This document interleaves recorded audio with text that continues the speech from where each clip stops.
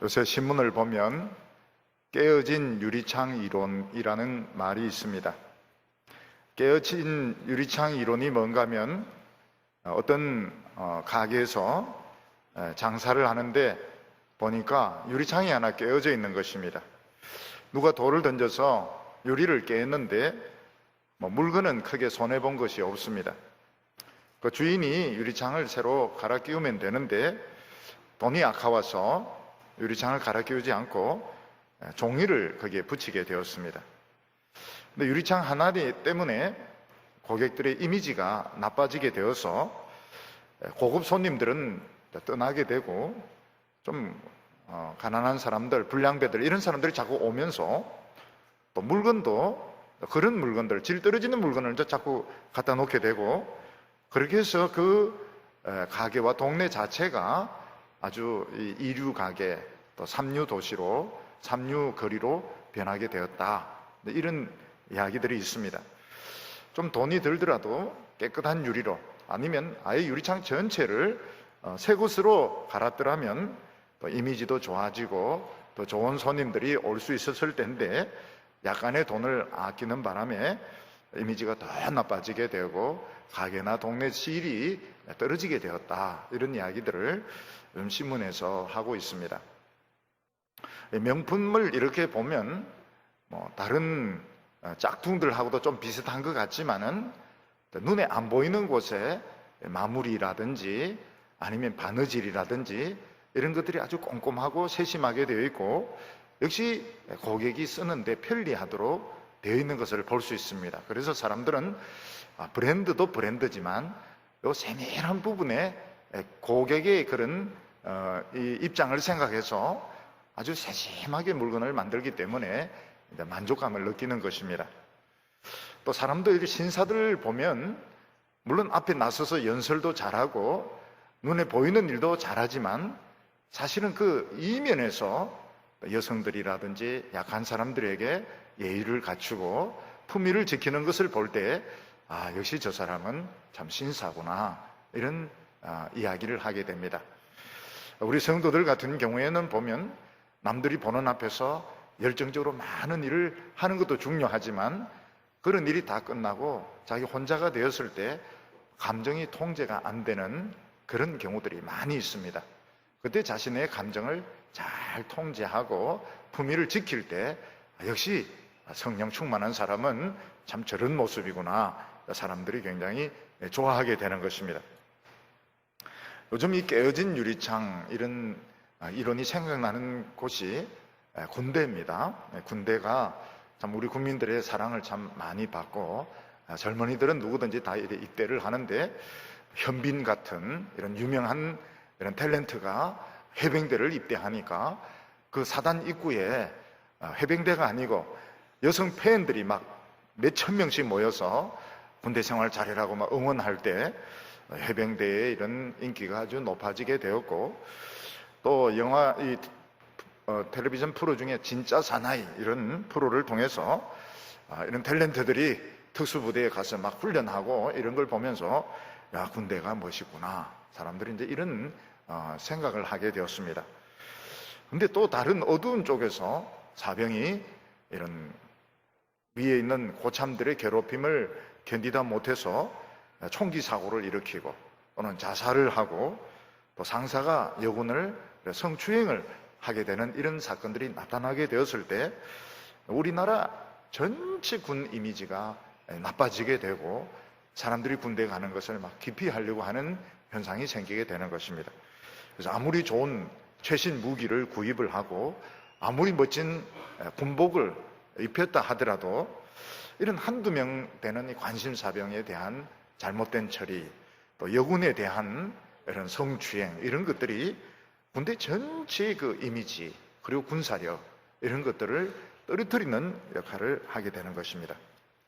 하나님께서는 유다 백성들에게 잘난 사람은 더 잘나고 힘 있는 사람은 더 힘이 있고 이렇게 해서 아주 성공적인 이런 사회를 이루는 것을 원하지 않는다고 말씀하고 있습니다. 눈에 안 보이는 곳에서 여성들에 대한 배려, 가난한 사람들의 배려, 또 어린이들에 대한 이런 관심들 이런 것이 이스라엘의 품이 하나님에 대한 영광을 높이는 것이지, 똑똑한 사람이 더 똑똑해지고 잘난 사람이 더 잘나지는 이런 것이 하나님의 뜻이 아니다, 이렇게 말씀을 하고 있습니다.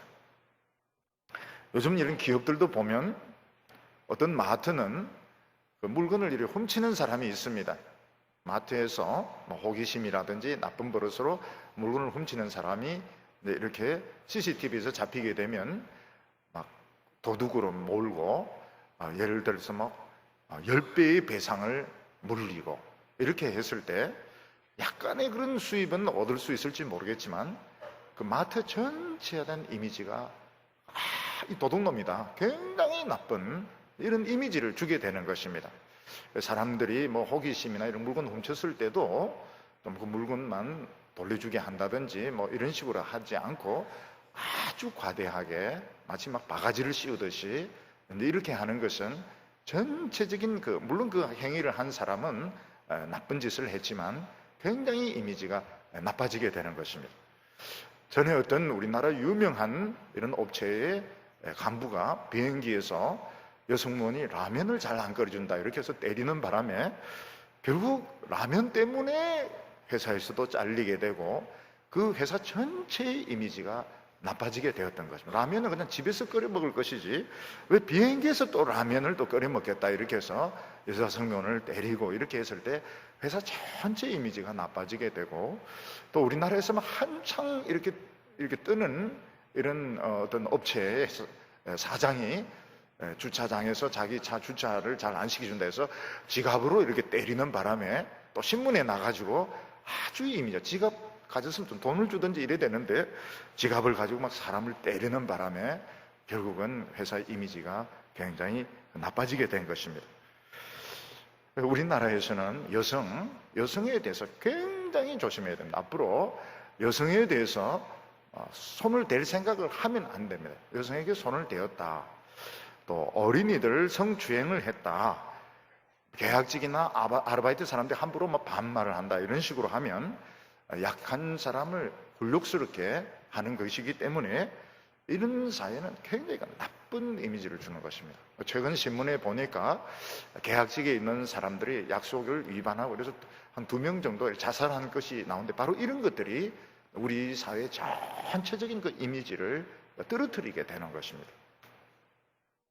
오늘 첫 번째로는 하나님은 이스라엘이 아름다운 사회가 되려면 여성에 대해서 특별한 배려를 해야 된다, 이렇게 말씀하고 있습니다.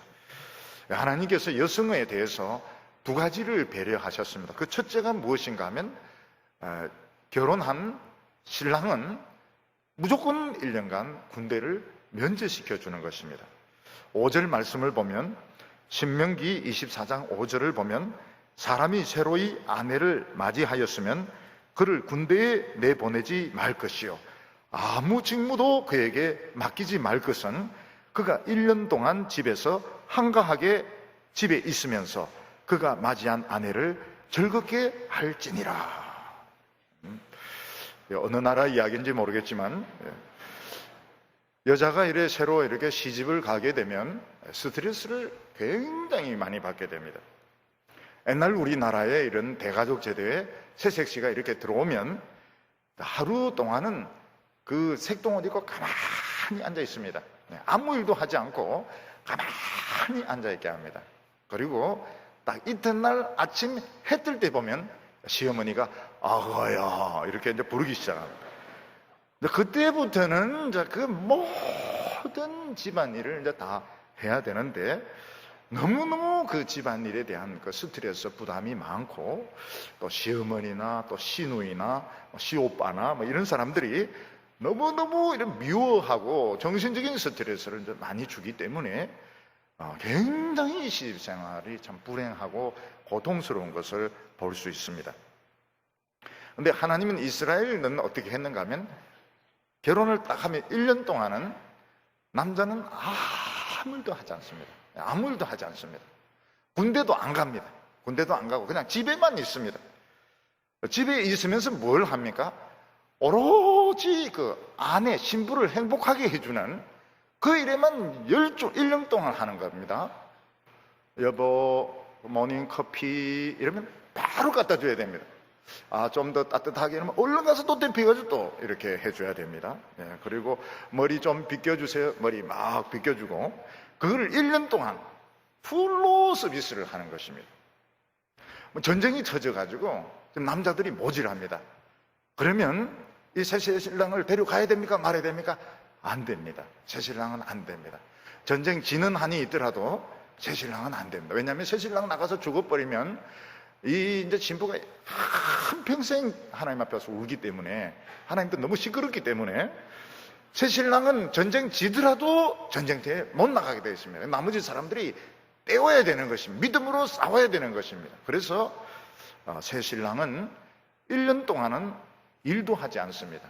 일도 하지도 않고 전쟁도 나가지 않고 오로지 그 여자 한 사람 행복하게 해주는 이 일에 열중을 하게 되는 겁니다.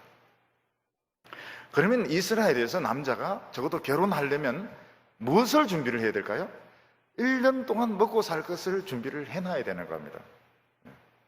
1년 동안은 돈도 안 법니다. 1년 동안 무조건 신부 손 잡고 신부가 해달라는 대로 다 해줘야 되기 때문에 적어도 1년치는 이제 벌어놓고 결혼을 해야 되는 것입니다. 그럼 이 1년 동안 신부가 얼마나 행복하겠습니까? 신부가 정말 행복합니다. 신부가 뭐라고 늘 기도하는 게 뭐라고 기도합니까? 우리 하나님 최고, 우리 하나님 최고 이러면서 내가 이스라엘 여자로 태어난 거 정말 행복하다. 왜냐하면 율법에 그렇게 탁 되어 있으니까요. 남자는 돌아다니도 안 됩니다. 장사하러 가도 안 되고 전쟁하러 가도 오로지 여자 옆에 붙어가지고 여자를 섬기며 도우며 이 모든 일 서비스를 1년 동안 하게 되는 것입니다. 그러면 1년 지나면 어떻게 됩니까? 1년 지나면 그렇게 안 해도 됩니다. 그렇지만 1년 동안 하던 버릇이 있기 때문에 남자들은, 여성들 저절로 이렇게 봉사를 하게 되는 겁니다.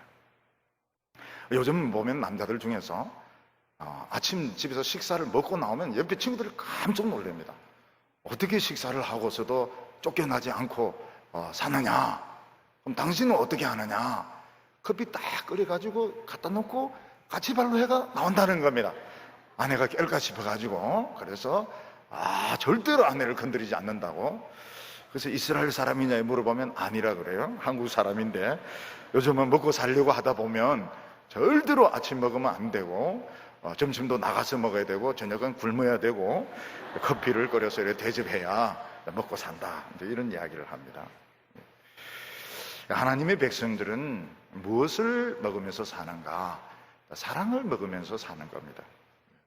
특히 여성들은 음식이 사랑입니다. 어렸을 때는 엄마도 사랑해 주지만 아버지가 사랑을 많이 해 주셔야 됩니다. 아버지가 사랑을 많이 해주시면 남자에 대하여 좋은 이미지를 가지게 됩니다. 근데 아버지가 경제적인 능력이 없다든지 알코올 중독자든지 늘 병에 걸려 있으면 여성들이 남자에 대한 이미지가 좋지가 못합니다. 그래서 결혼하고 나서 어떻게 됩니까? 완벽한 걸 요구합니다. 완벽한 걸. 완벽주의, 깨끗해야 됩니다. 일단 남자가 깨끗해야 되고 젠틀해야 되고 돈 많이 벌어야 되고 기도 많이 해야 되고, 그런 남자는 없습니다. 이 세상에 없습니다. 여성들이 아브라함이 있지 않느냐? 아브라함이 100살 때 그렇게 됐습니다. 그러면 100살 된 사람하고 살아야 되는데 그게 어디 쉬운 일입니까? 쉬운 일이 아니거든요. 젊었을 때는 여자들 많이 힘들게도 하고 또 까칠하기 때문에, 더욱이 이 미혼 남자들은 성격이 까칠합니다. 까칠하기 때문에 참 힘들게 하기도 하고 막 울리게 하기도 하고 이러는데 결혼해서 살면서 성숙이 되게 돼 있습니다. 근데 하나님께서는 이스라엘 여자들은 1년 동안 풀로 서비스해라. 풀로 서비스. 1년 동안 무슨 일도 시키지 않습니다. 그냥 남편의 그 서비스에 행복하게 지내고 그 사랑의 힘으로 남은 인생을 살도록 그렇게 하나님 율법으로 정하셨습니다. 그게 현실 가능성이 있는지 없는지 모르겠지만 하나님 율법으로 그렇게 정하셨습니다. 사람이 이제 다른 사람에게 이제 사랑을 주는 것이, 사랑을 받고 또 사랑을 주고 이렇게 해야 인간은 자신의 그 존재의 의미가 있는데, 참 사랑을 주는 대상이 이성입니다. 이성. 그 이성 교제하다가 깨지면 그렇게 마음이 아프고 너무너무 마음이 아프고 참 한평생 그 아픔이 남는 이유는 친구들끼리 사랑은 자기 껍질을 가진 채로 이렇게 서로 주고받는 사랑이지만 이성 간의 이 사랑은 자기 껍질을 깨고 남을 자기에게 받아들이는 거기 때문에 그런데 이성 간의 사랑이 깨어지면 상처가 나고 굉장히 아픕니다. 마음이 아픕니다. 근데 그런 사랑을 하면서 사람은 나이가 들어가고 이제 철이 들어가는 거기 때문에 그런 사랑을 해야 됩니다. 아프더라도 이성 간에 이런 사랑들을 해야 됩니다. 하나님께서는 여성들을 사랑할 때 조금만 사랑하지 말고 한없이 사랑해줘라. 1년 동안 그 남편 사랑을 흠뻑 받고 그리고 남은 인생을 살도록 해라. 그것이 여성들에 대한 하나님의 배려였습니다. 그리고 두 번째 배려가 뭔가 하면 하나님께서 이혼을 허용을 하신 것입니다. 하나님께서 이스라엘의 이혼을 허용하셨다고 하는 것은 굉장히 파격적인 것이고 하나님이 엄청나게 양보를 하신 것입니다. 예수님께서 이걸 나중에 확인을 하시는데 하나님이 좋아서 허용하신 것이 아니다 하는 것입니다. 만약 하나님께서 절대로 이혼이 안 된다 하면 결혼한 사람은 죽을 때까지 무조건 살아라, 이렇게 하나님이 율법에 정하셨다면 하나님은 참 멋진 분이 될 수 있습니다. 그렇지만 살다 보면 그렇게 안 됩니다. 너무 성격이 다르고 너무 괴팍해서 도저히 살 수 없는 경우가 생깁니다. 그러면 남자는 어떻게 하면 여자를 피를 말립니다. 피를 말려가지고 자기가 사랑하지 않는 여자와 살아야 되니까 여자를 정신적으로 괴롭히고 육체적으로 괴롭히고 그래서 정신병자로 만들든지 자살하든지 그렇게 만들 가능성이 있습니다. 또 여자도 너무 남자가 너무 포악하고 사랑해주지 않고 이런데도 하나님이 계속 의무적으로 한평생을 살아라. 그럼 여자는 미쳐버립니다. 미치든지 자살을 합니다. 그래서 하나님께서는 여자가 자살하고 미치는 것보다는 사는 것이 더 중요하다. 그래서 하나님께서는 예외적으로 이혼을 허락을 하셨습니다. 요즘 사람들처럼 정말 서로 사랑해서 결혼했는데 불륜 때문에 바람이 났기 때문에 또 더 예쁜 사람이 나타나기 때문에 이혼하는 건 아닌데 이건 절대로 허용이 안 되는 것입니다. 도저히 살 수 없어서 정말 자살을 해야 되느냐 미치느냐 이런 극한적인 이런 상태에서는 무조건 살려야 된다는 거예요. 무조건 살려야 된다. 그래서 집안에 어떤 어려운 일이 터집니다. 어려운 일이 터지면 관점을 어디에 맞춰야 되는가 하면 무조건 그 여성을 살리는 쪽에서 여자를 살리는 쪽에서 모든 초점을 맞추고 이렇게 해야지 막 무 자르듯이 막 옳다 틀리다 이렇게 해버리면 여자가 미쳐버립니다. 너무 억울해. 여자는 힘이 없고 약자인데 미쳐버리기 때문에 어떻게 하든지 약자를 살리는 쪽으로 하는 것이 하나님의 율법의 정신인 것입니다.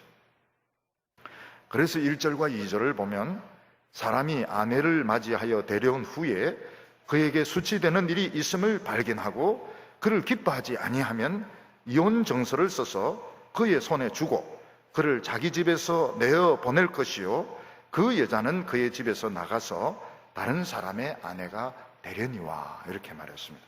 여기 보면 수치되는 일이 있음이 발견되거든. 수치스러운 일이 뭐냐? 결혼하고 나니까 도저히 같이 살 수 없는 수치스러운 일이 있어서 못 살겠다. 수치스러운 일이 무엇이냐? 어떤 이스라엘 남자는 여자 코 고는 거 너무 코가 골더라. 또 어떤 데는 막 목류병 정세로 밤에 막 이방저방 막 돌아다니고 이러는데 도저히 못 살겠더라. 막 이러는데 근데 이게 수치스러운 일이 무엇인지 이거는 여기서 딱 잘라서 말할 수는 없습니다. 대개 이제 우리나라의 이혼율이 굉장히 높은데 성격상의 차이도 많고 경제적인 무능력, 남자의 경제적인 무능력도 이혼 사유가 되고 불륜이 제일 많습니다. 불륜이 제일 많고 그 다음에 이제 시집이나 또 친정의 어떤 부담, 이런 것 때문에 이혼을 하는 이런 일들이 많습니다. 사실 이제 결혼하려고 하면 20몇 년에서 30년 다른 환경에서 자라왔는데 서로 완전히 딱 맞춘다고 하는 것은 사실은 기적에 가깝습니다. 그래서 이거를 미리 좀 준비를 해야 됩니다. 결혼이 정말 중요한 것인데, 취직하는 것보다 대학교 졸업하는 것보다도 정말 중요한 것이 결혼하는 것인데, 너무 모르는 상태에서, 너무 준비가 안 된 상태에서 결혼을 하니까 막상 결혼을 딱 해놓고 보니까 너무 이게 다른 부분들이 막 성격적으로 거의, 예를 들면 뭐 정신분열증 증세가 있다든지 이런 경우 되면 결혼 생활을 할 수가 없게 되는 것입니다. 그래서 미리 꼭 데이트하는 이런 시간을 가지고 할 때 보면 좀 이상한 행동이 나타납니다. 이상한 행동이 좀 나타날 때가 있습니다. 그러면은 뭐 어른들이나 이런 좀 상담을 해가지고 이런 부분들을 좀 예방을 좀 할 필요가 있는 것입니다. 수치스러운 일이 코 고는 이런 건 수치스러운 게 안 됩니다. 그냥 코만 막으면 되니까요. 목류병도 이게 목류병 없는 사람은 어디 있습니까? 저는 어릴 때 크다 보면 깨면 늘 반대 방향에서 깨게 됩니다. 분명 이쪽으로서 자다 보면 반대쪽에서 깨게 되는 겁니다. 잠버릇이 이제 나빠가지고요. 질병 같은 거, 아주 좋지 못한 이런 질병 같은 거, 정신적인 질병 같은 거, 육체적인 질병 같은 거, 이런 것이 이혼 사유가 될 수 있습니다. 그래서 정신질환이 있을 때 부모들은 결혼하면 좋아질 것이다 이렇게 해서 결혼을 시키는 경우도 있는데, 결혼은 건강해야 됩니다. 결혼은 정신적으로 육체적으로 건강해야 됩니다. 암이 있는 줄 알면서, 얼마 안 있으면 죽을 줄 알면서 결혼하는 것은 옳지 않습니다. 이건 목사님이나 부모님이 막아야 됩니다. 서로가 아무리 우리는 어떻게 하든지 결혼하겠다 이렇게 해도 목사님은 어른들이 못하게 해야 됩니다. 정신적으로 육체적으로 건강하도록. 그래서 어떤 경우에는 건강진단서 이런 것을 요구하기도 합니다. 그래서 어른이 필요한 겁니다. 본인들은 그 소설에도 보면 나오거든. 죽은 무덤에 가서 막 꽃 던져주고 이렇게 하려고. 근데 그 어른들은 이제 그거를 막아야 되는 겁니다. 정신적으로 육체적으로 건강을 하도록. 그래서 미리 예방하도록. 옛날에는 이제 이걸 모르면은 그게 이혼 사유가 될 수 있다 이렇게 말을 했습니다. 영국에는 이런 가까운 근친 결혼이 많기 때문에 나이가 들면 자기도 모르게 미치는 이런 병들이 있습니다. 제인 에어를 보면, 소설 제인 에어를 보면, 제인 에어가 그 고아원에서 그가 선생님 하다가 시골에 있는 어떤 큰 집에 가정교사로 가정교사로 가게 됩니다. 그 괴팍한 성격을 가진 그 주인하고 서로 사랑을 해서 결혼을 합니다. 결혼식을 딱 하는데 그 여자 쪽에서 이미 결혼했다.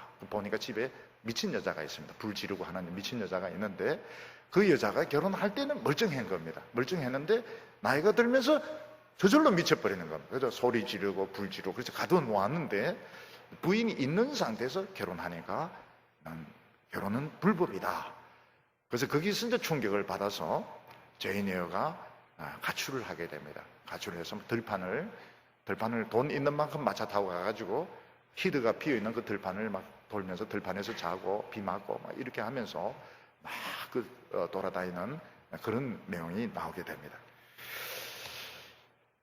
그러나 이 장애는 이혼 사유가 되지 않습니다. 장애는, 신체적인 장애는 얼마든지 행복한 결혼 생활을 할 수 있습니다. 굉장히 행복한 결혼 생활을 많이 합니다.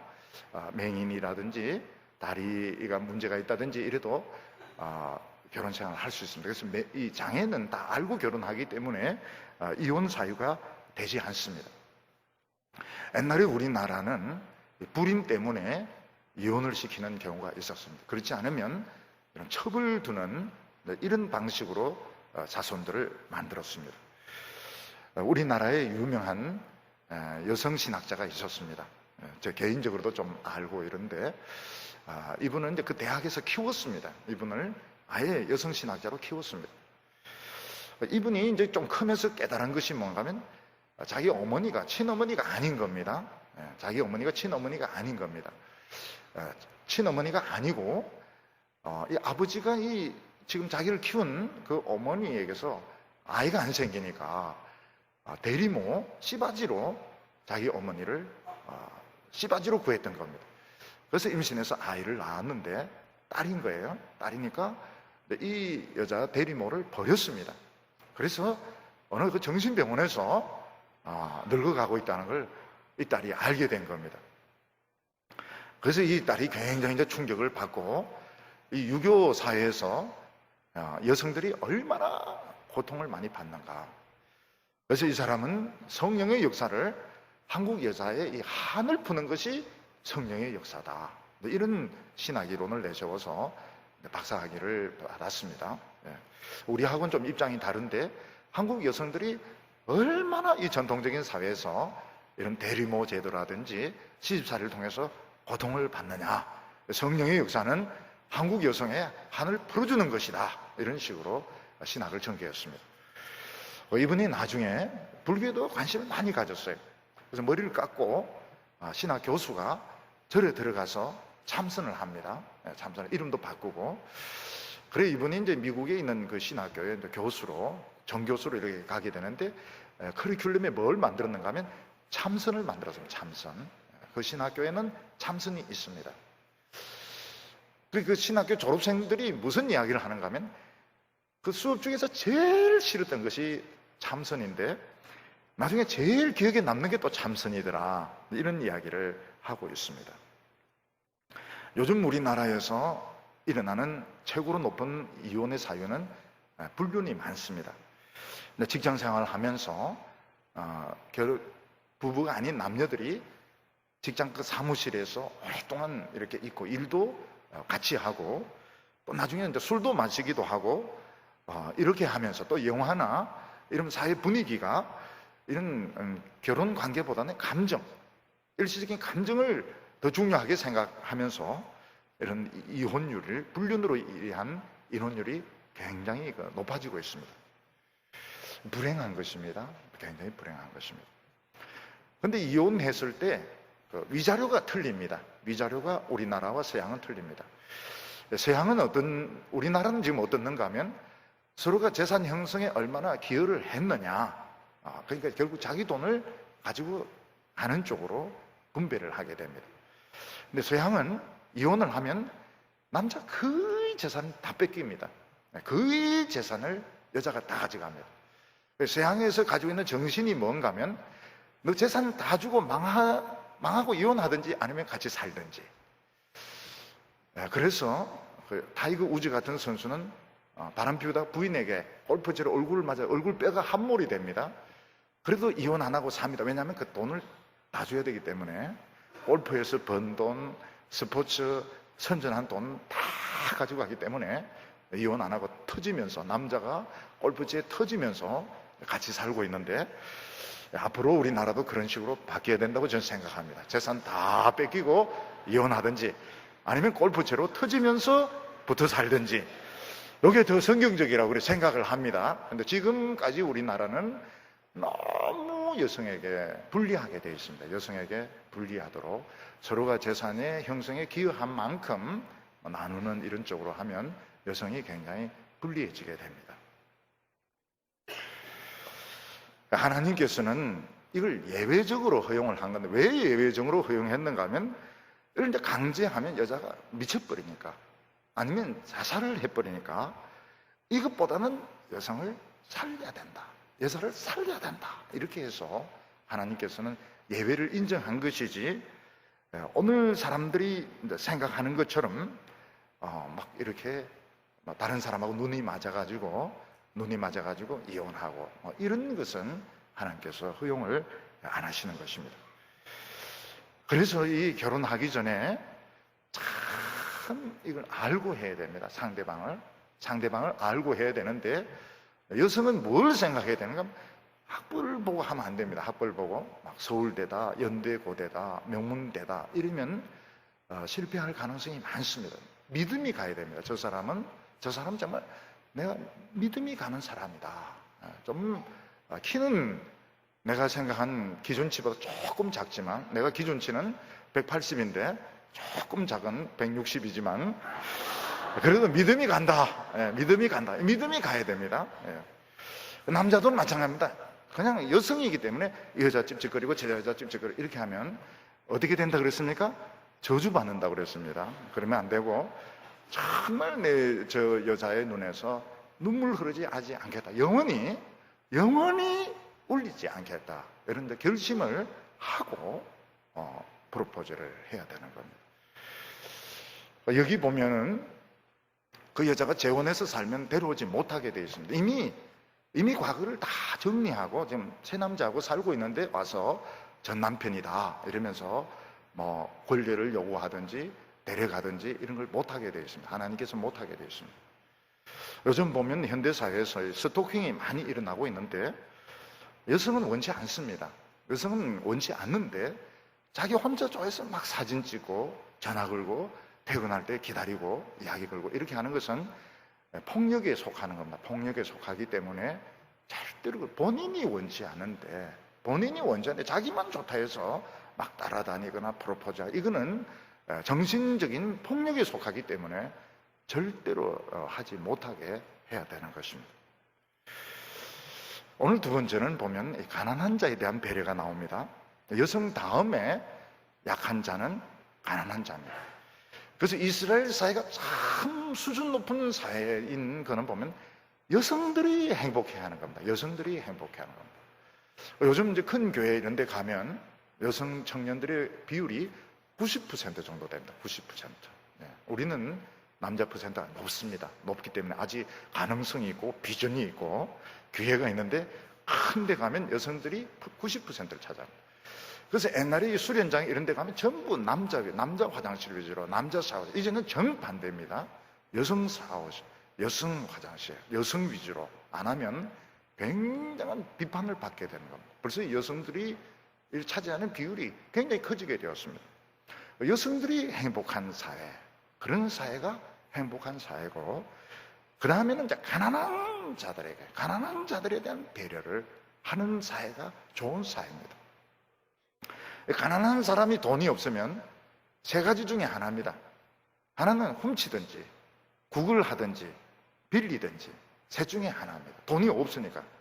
그럼 굶어 죽으면 될까요? 그게 쉬운 일이 아닙니다. 사람이 굶는다는 게 쉬운 일이 굉장히 고통스럽고, 결국은 훔치든지 돈을 빌리든지 아니면 구걸 하든지. 근데 훔치는 것은 죄고 구걸 하려니까 부끄럽고 결국은 빌릴 수밖에 없습니다. 결국은 빌릴 수밖에 없습니다.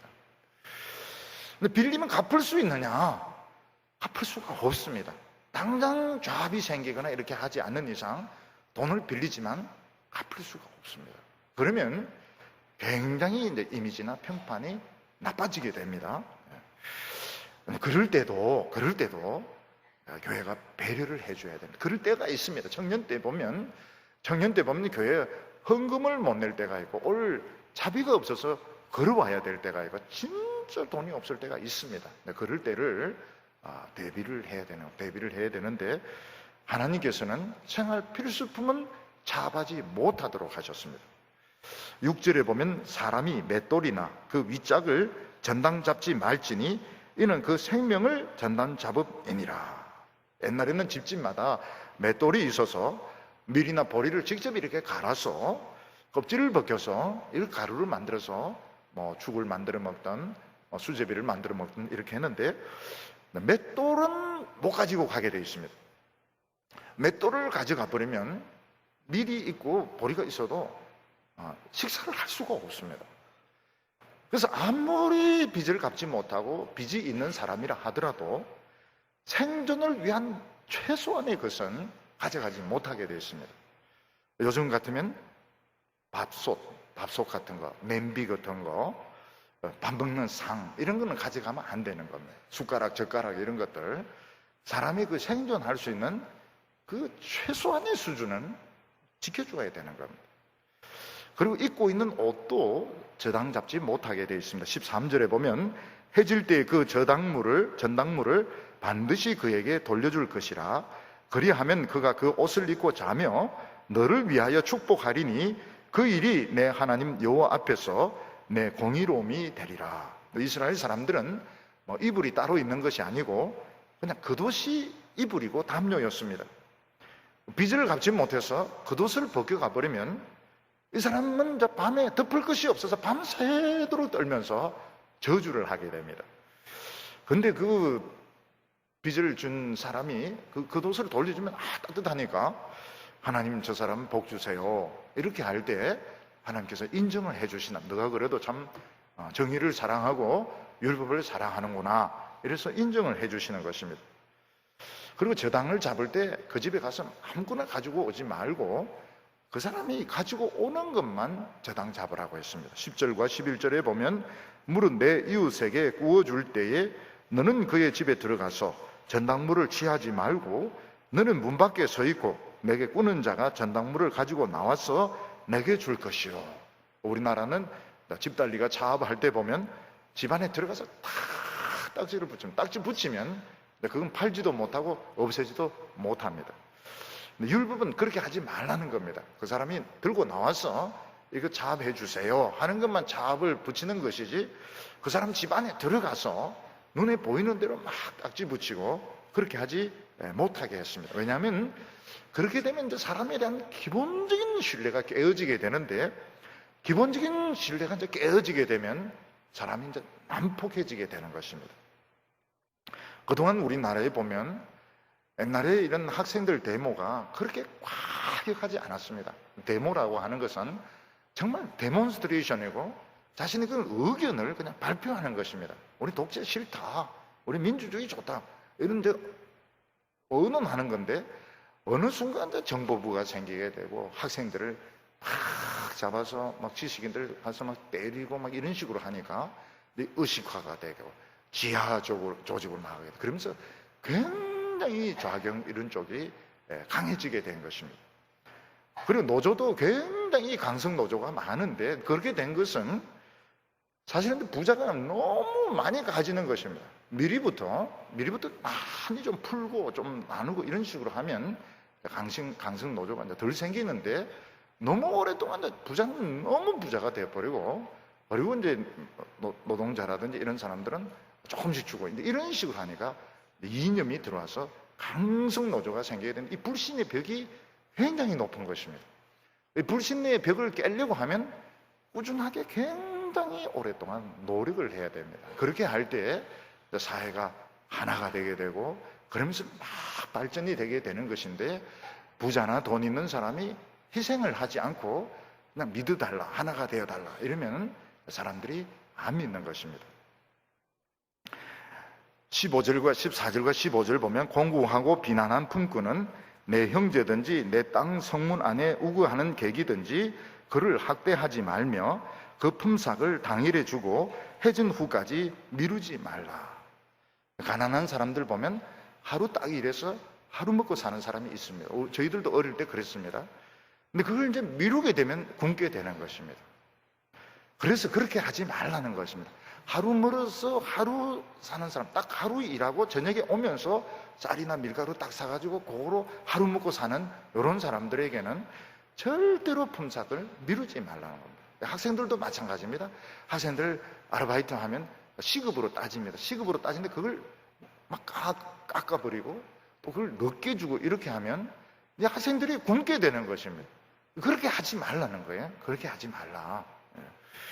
근데 우리나라는 보면 이 갑과 을의 관계가 굉장히 이게 셉니다. 갑이 아주 셉니다. 갑이 이렇게 세어서 이 약자 쪽에서 뭐라 못하는 거면 잘라버리니까, 뭐라고 불평하면 잘라버리기 때문에 갑이 부당한 요구를 해도 들을 수밖에 없습니다. 근데 이게 품위를 떨어뜨리는 것입니다. 갑을 이렇게 하는 것이 전체적인 이스라엘의 품위를 떨어뜨리게 만들고 하나님이 꼴보기 싫도록, 하나님이 돕지 못하도록 만드는 것입니다.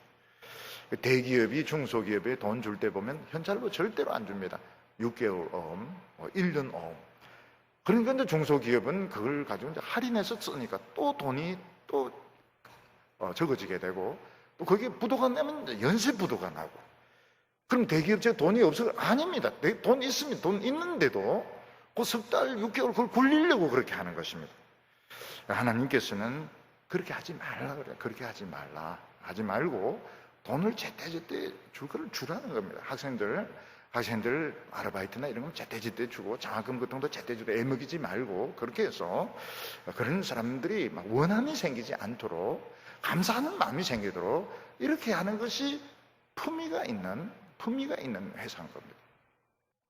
애플 회사는 보면은 거의 물건은 이제 하청을 주는데 그 대부분의 하청을 대만에 있는 아주 악명 높은 회사가 있습니다. 전자회사. 거기서 이제 대개 애플 회사는 거기 자살을 많이 해요. 자살을 많이 해가지고 너무 근로 조건이 열악하기 때문에 근로자들이 자살을 많이 합니다. 그래서 애플에 대해서 사람들이 욕을 많이 합니다.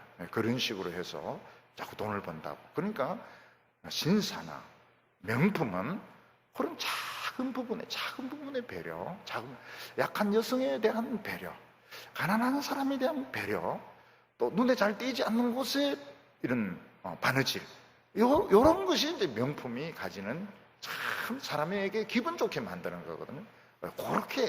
그렇게 해라는 것입니다. 그리고 세 번째는 또 다른 사항이 있습니다. 이스라엘 사회가 명품 사회가 되기 위해서 그 중에 하나가 유괴범은 무조건 처형해라는 겁니다. 7절에 보면 사람이 자기 형제 곧 이스라엘 자손 중 한 명을 유인하여 종으로 삼거나 판 것이 발견되거든 그 유인한 자를 죽일지니 이같이 하여 너희 중에 악을 제거할지니라. 대개 이제 유괴당하는 사람들은 참 순진한 노약자들입니다. 아이들 같은 경우에 길을 잘 모르겠다. 여성들 같은 경우에도 보면 길을 좀 가르쳐달라. 그 여성들이 얼마나 순진하고 착합니까? 그래서 길을 가르쳐주면 이제 그거를 잡아가지고 술집에 팔아버리고 아이들을 이제 잡아서 종으로 팔아버리고 이렇게 하는데 이런 착한 사람들, 순진한 사람들을 유괴하는 자는 무조건 죽이라는 겁니다. 이건 굉장히 나쁜 놈들이기 때문에 죽이라는 겁니다. 우리나라는 앞으로는 그렇게 될 겁니다. 앞으로는 유괴해서 죽이면 이제 사형이지만 유괴를 해도 법이 굉장히 무거워지게 됩니다. 어린이들, 여성들, 약한 사람들을 유괴하는 것은 용서가 안 되는 것입니다. 그리고 한센병을 주의해라고 했습니다. 8절과 9절 보면 너는 나병에 대하여 삼가서 레위 사람 제사장들이 너에게 가르치는 대로 내가 힘써 다 지켜 행하되.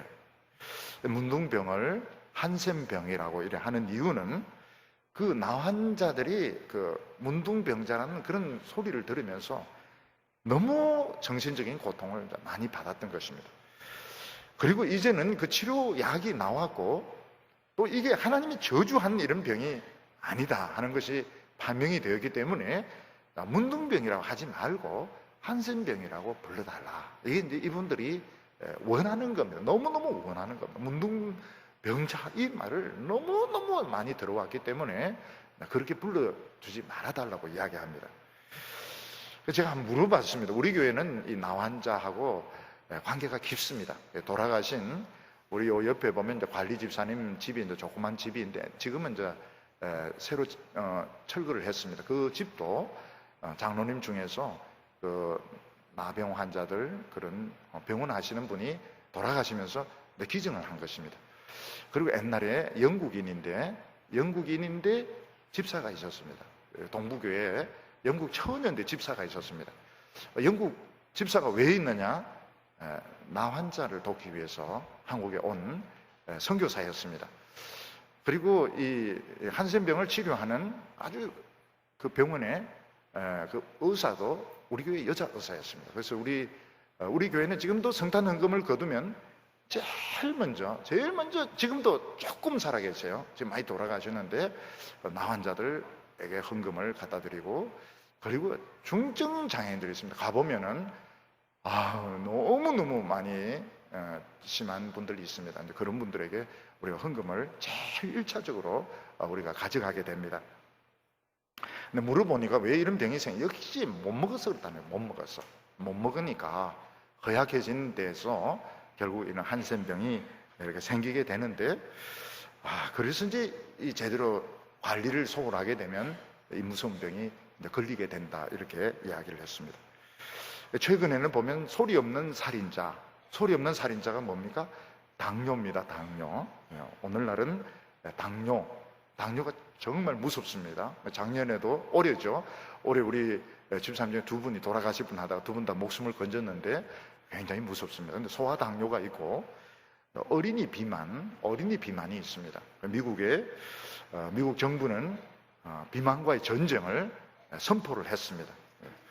어린이 비만, 결국 어린이 비만은 어른 비만으로 가게 되고 결국 많은 이런 질병들이 생기게 되기 때문에 정부 차원에서 비만과 전쟁을 하는 겁니다. 근데 일본에도 보니까 그렇게 일본도 보면 비만과 전쟁을 하고 있습니다. 그래서 좀 뚱뚱한 사람은 계속 보고를 해야 되는 몸무게를 보건소에 보고를 해야 돼요. 왜 그렇게 하느냐면 그 비용이 너무 많이 든다는 겁니다. 그러니까 어떤 사람이 이제 비만해져서 당뇨, 심장병 뭐 이런 거 가지고 치료하는 사회적인 비용이 너무 많이 들기 때문에 아예 정부에서 비만하지 못하도록 관리를 하는 것입니다. 그래서 제가 일본은 관리하구나 탁 나오는데 출입국 관리소 관리하는 여자가 이런 거예요. 굉장한 비만 여자가 봅시다 패스포트 이러는데 이 여자는 왜 관리를 안 할까 이런 생각을 했습니다. 보면은 이제 이런 것들 미국에는 청소년들 마약이 많습니다. 애들이 토요일 되면 파티하고 이러면 그냥 코나 뭐 이런 거로 막 마약을 흡입하기 때문에 마약 환자들이 많고 이 사람들이 이제 주로 총질을 해가지고 사람들을 이제 죽이는 것입니다. 이런 부분들을 관심을 써야 됩니다. 비만 같은 거. 너 비만하다 이러면은 큰일 납니다. 이건 죽으라는 말과 똑같은 겁니다. 넌 비만하구나 이렇게 하면 안 됩니다. 소리 없는 병이기 때문에 기도를 해야 됩니다. 기도를 하고 어떻게 하든지 이제 이 건강을 되찾을 수 있도록 이렇게 해줘야 됩니다. 그리고 어떤 사람이 미울 때 가족까지 미워해서는 안 됩니다. 16절에 보면 아버지는 그 자식으로 말미암아 죽임을 당치 아니할 것이요 자식들은 아버지로 인하여 죽임을 당치 아니할 것이라. 각 사람은 자기 죄로 말미암아 죽임을 당할 것이니라. 옛날에 무슨 반역죄나 큰 죄 같으면 3족을 멸하고 9족을 멸하고 아주 그냥 씨를 멸하는 이런 것을 보게 되는데 이스라엘은 그렇게 하지 못합니다. 딱 아버지는 아버지 죄만 책임지면 되고 아들은 아들의 죄만 책임을 지면 되는 것이지 식구 전체를 엮어서 처형을 한다든지 추방하는 것은 옳지 않다 이렇게 말씀하고 있습니다. 근데 이스라엘 백성들이 가난한 사람들에 대한 사랑의 극치는 역시 추수에서 나타나게 됩니다. 이스라엘 백성들이 추수하다가 일부를 그냥 흘리고 왔습니다. 그러면 가지로 가지 못하게 되어 있습니다. 19절에 보면 내가 밭에서 곡식을 벨 때에 한 뭇을, 한 덩어리를 말합니다.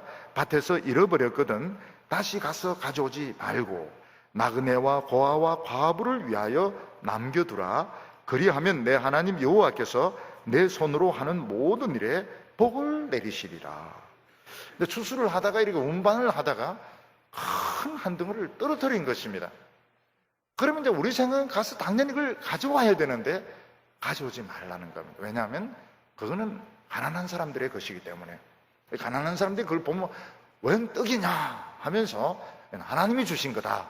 가난한 사람들이 그냥 가져가서 먹도록 해야지 싣고 가다가 떨어뜨릴 때서 가서 가져오지 말라는 겁니다. 그건 다 가난한 사람들의 몫이기 때문에 보아스 같은 루키 보아스 같은 은 어떻게 합니까?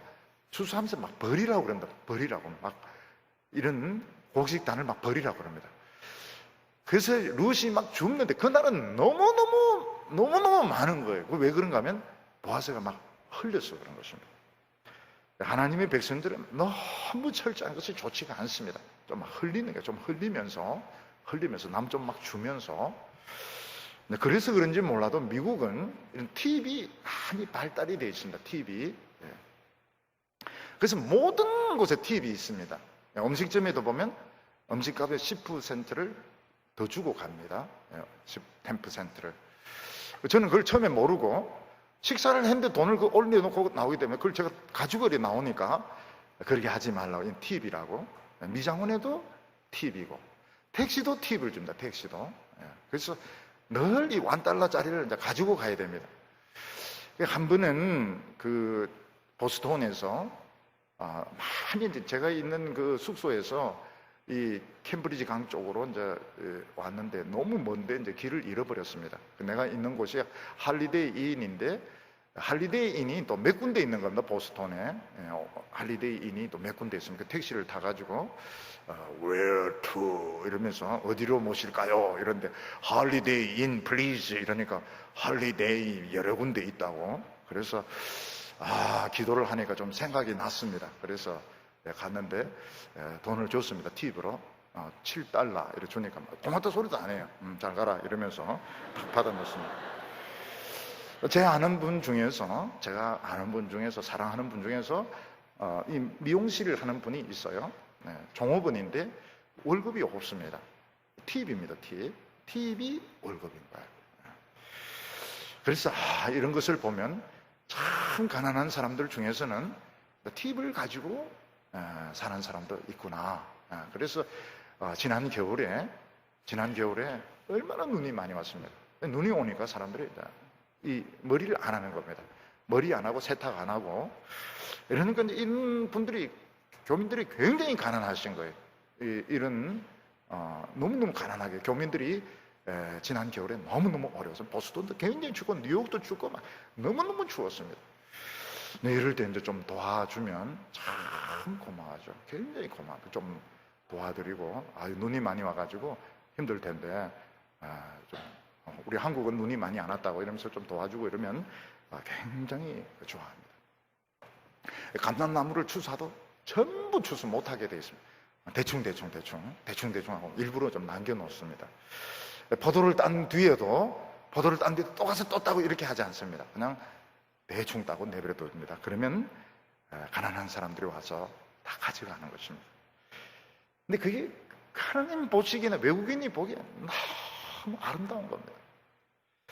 우리가 어떤 호텔에 갔는데 서비스가 너무 좋으면 또 오고 싶죠. 그런 이야기를 합니다. 다시 오고 싶다고 이러면 참 좋아요. 굉장히 좋아합니다. 다시 한 번 더 오고 싶다고 이렇게 하면 사람은 굉장히 그 종업원들이 고마워합니다.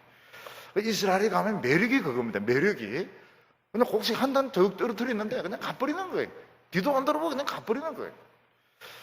곡식 이런 포도 이런 거 대충 따고 막 가난한 사람들이 들어가서 막 따는데 아무도 뭐라고 안 하는 겁니다.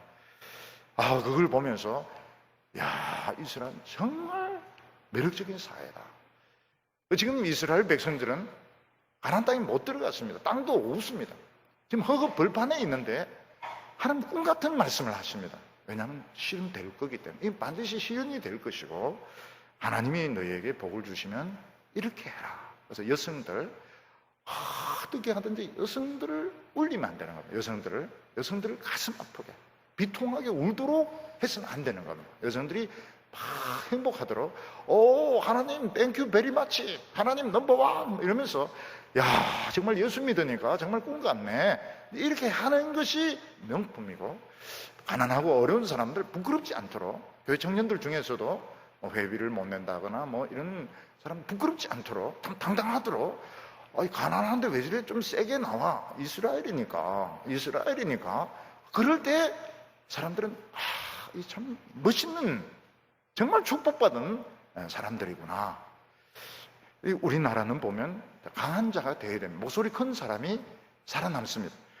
전부 강한 자가 되고 전부 목소리 큰 사람이 되고 그러니까 맹수오리로 변해버리는 겁니다. 전부 사나운 사람으로 변해버리는 것입니다.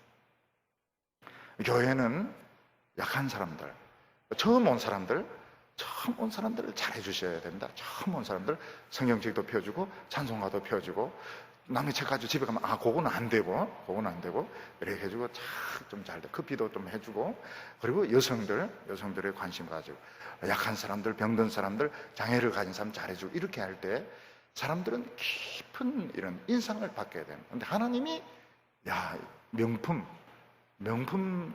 공동체구나, 명품 교회구나. 그래서 하나님께서 오래 계시면서 우리에게 약속한 복을 주시고 여러분들의 남은 인생을 아름답게 만들어 주실 줄로 믿습니다.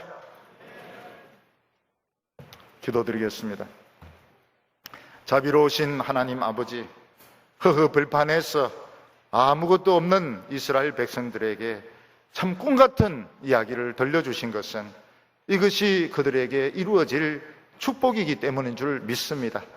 우리 청년들 지금은 허허벌판에 있고 광야 같은 생활을 하고 있지만 하나님께서 이들을 축복해 주실 줄 믿습니다.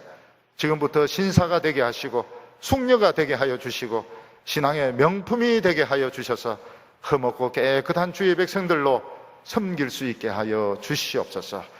가난하다고 해서 기죽지 말게 하여 주시고 학교를 다니지 못한다고 해서 열등감 가지지 않게 하여 주시고 오히려 더 당당하게 믿음 생활할 수 있도록 자신감을 주시옵소서. 예수님의 이름으로 기도하옵나이다.